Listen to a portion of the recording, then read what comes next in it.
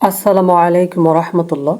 প্রিয় শিক্ষার্থীরা, 2025 সালের এইচএসসি পরীক্ষার রুটিন প্রকাশ করা হয়েছে। 2025 সালের এসএসসি পরীক্ষা 10 এপ্রিল অনুষ্ঠিত হবে ইনশাআল্লাহ। প্রথম দিন 10 তারিখে বাংলা প্রথম পত্র সকাল 10টা থেকে 1টা পর্যন্ত। এরপরে বাংলা দ্বিতীয় পত্র অনুষ্ঠিত হবে 13 তারিখের দিন। এরপর ইংরেজি প্রথম পত্র পরীক্ষা অনুষ্ঠিত হবে 15 তারিখ। ইংরেজি দ্বিতীয় পত্র পরীক্ষা অনুষ্ঠিত হবে 17 তারিখে।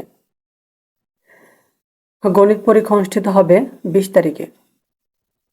ইসলাম শিক্ষা অনুষ্ঠিত হবে 22 তারিখে। তথ্য ও যোগাযোগ প্রযুক্তি পরীক্ষা অনুষ্ঠিত হবে 23 তারিখ। গৃহস্থ বিজ্ঞান, কৃষি শিক্ষা, সঙ্গীত, আরবি, সংস্কৃত, পালি, শারীরিক শিক্ষা, ক্রীড়া, চারু কারুকলা অনুষ্ঠিত হবে 24 তারিখে।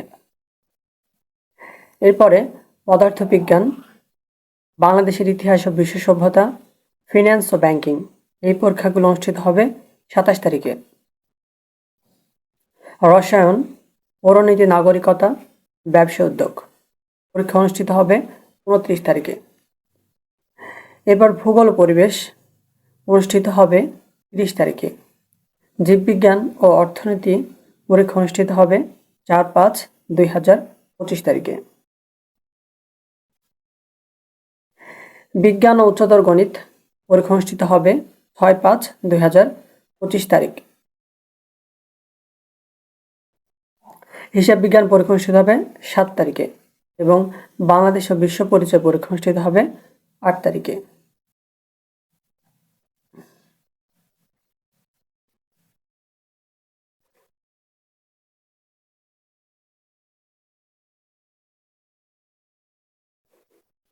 এরপরে ব্যবহারিক পরীক্ষা অনুষ্ঠিত হবে 10-5-2025 অর্থাৎ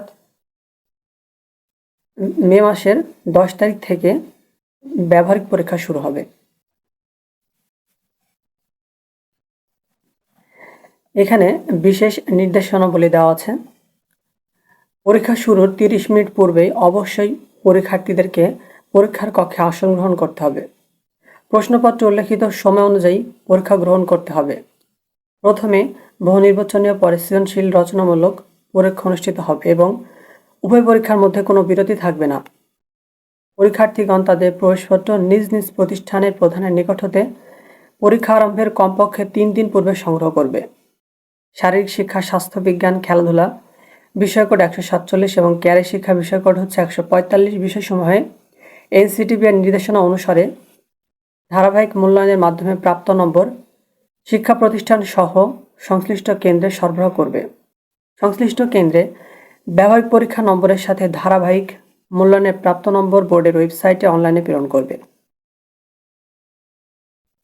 পরীক্ষার্থীগণ তাদের নিজ নিজ উত্তরপত্র ওএমআর ফর্মে তার পরীক্ষার রোল নম্বর, রেজিস্ট্রেশন নম্বর, বিষয় কোড ইত্যাদি যথাযথভাবে লিখে বৃত্তে ভরাট করবে। কোনো অবস্থাতেই উত্তরপত্র ভাঁজ করা যাবে না। পরীক্ষার্থীকে সৃজনশীল রচনামূলক, তত্ত্বীয়, বহু নির্বাচনী, ব্যবহারিক অংশ পৃথকভাবে পাশ করতে হবে। প্রত্যেক পরীক্ষার্থীকে কেবল নিবন্ধন পত্রে বর্ণিত বিষয়সমূহ পরীক্ষা অংশগ্রহণ করতে পারবে।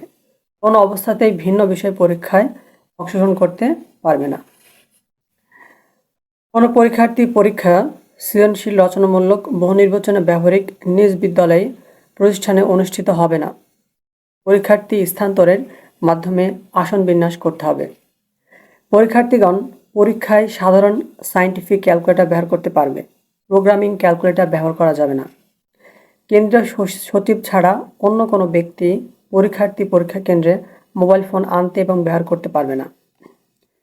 সৃজনশীল, রচনামূলক, বহু নির্বাচনে, ব্যবহারিক পরীক্ষায় পরীক্ষার্থীর উপস্থিতির জন্য একই উপস্থিতিপত্র ব্যবহার করতে হবে। ব্যবহারিক পরীক্ষা স্ব কেন্দ্রে ভেন্যুতে অনুষ্ঠিত হবে। পরীক্ষার ফল প্রকাশের 7 দিনের মধ্যে পুনর্নিরীক্ষণের জন্য অনলাইনে SMS এর মাধ্যমে আবেদন করা যাবে।